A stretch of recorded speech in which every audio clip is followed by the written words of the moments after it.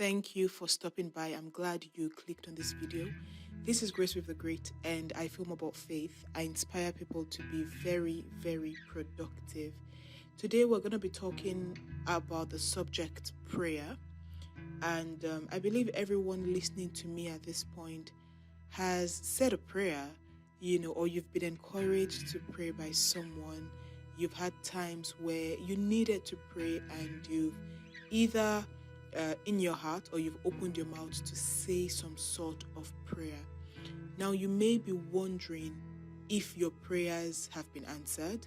You may be wondering if there are some steps you need to take to make sure that your prayers are answered, just to make sure that your prayers are effective. Today, I will be listing out some steps. So I titled this the step-by-step of prayer. And I'm very sure it works. The reason I'm sure is because I got this out of the Word of God. Okay, so the book of Psalms chapter 40 verses 1 and 2 say this: I waited patiently for the Lord, and he inclined to me. He heard my cry.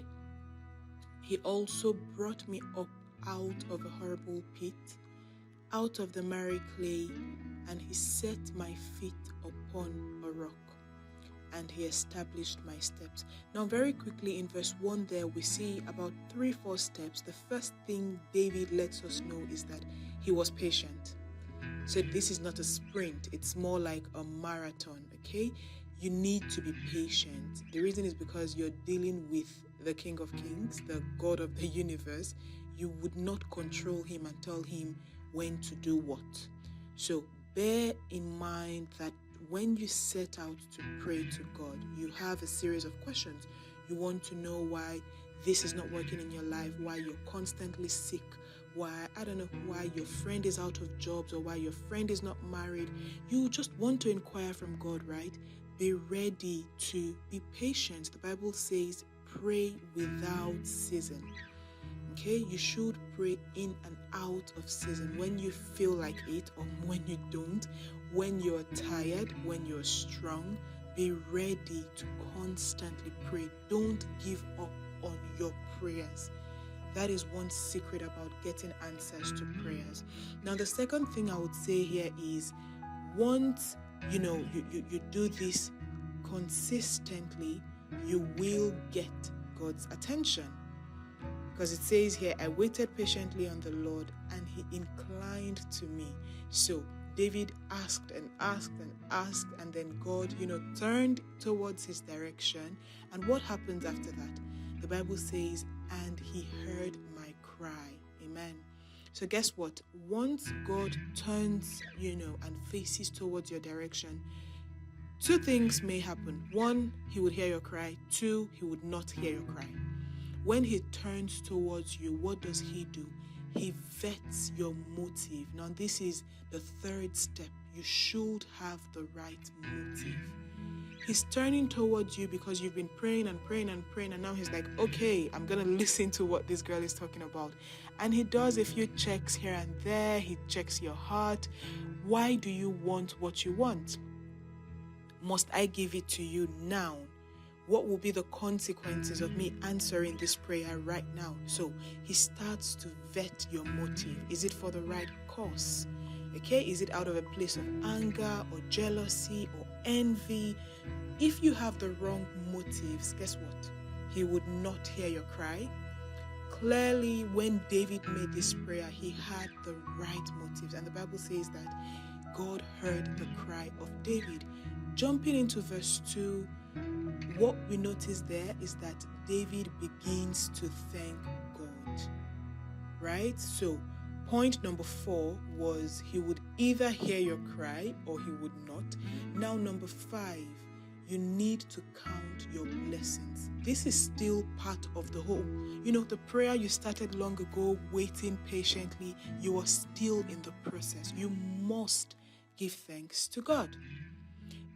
David began to list what God has done in his life. He also brought me up out of the horrible pit. He brought me out of the miry clay.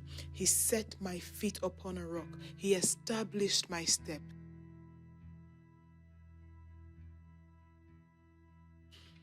So I believe there was a period where David actually sat down and counted his blessings, and he didn't fail to attribute these blessings to God.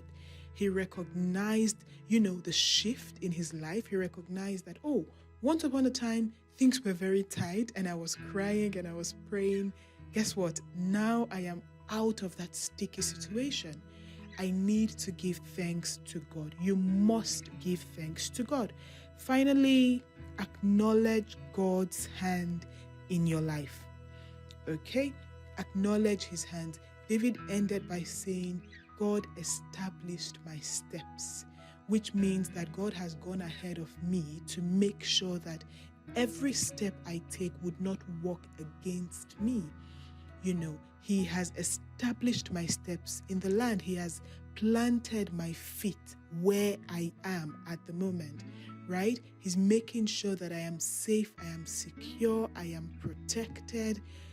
So, I believe this would go a very long way. If you think you maybe missed one or two steps, if you think for any reason you didn't grab a word I said somewhere, kindly listen over this video again. It's very short and it's very inspiring. If you've been blessed, make sure to share with one or two people.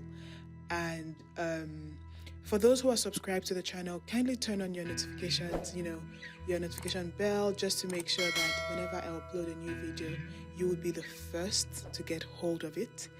And thank you so much for stopping by. I really pray that the Lord will teach us to pray in a manner that is effective and that pleases Him, in Jesus' name.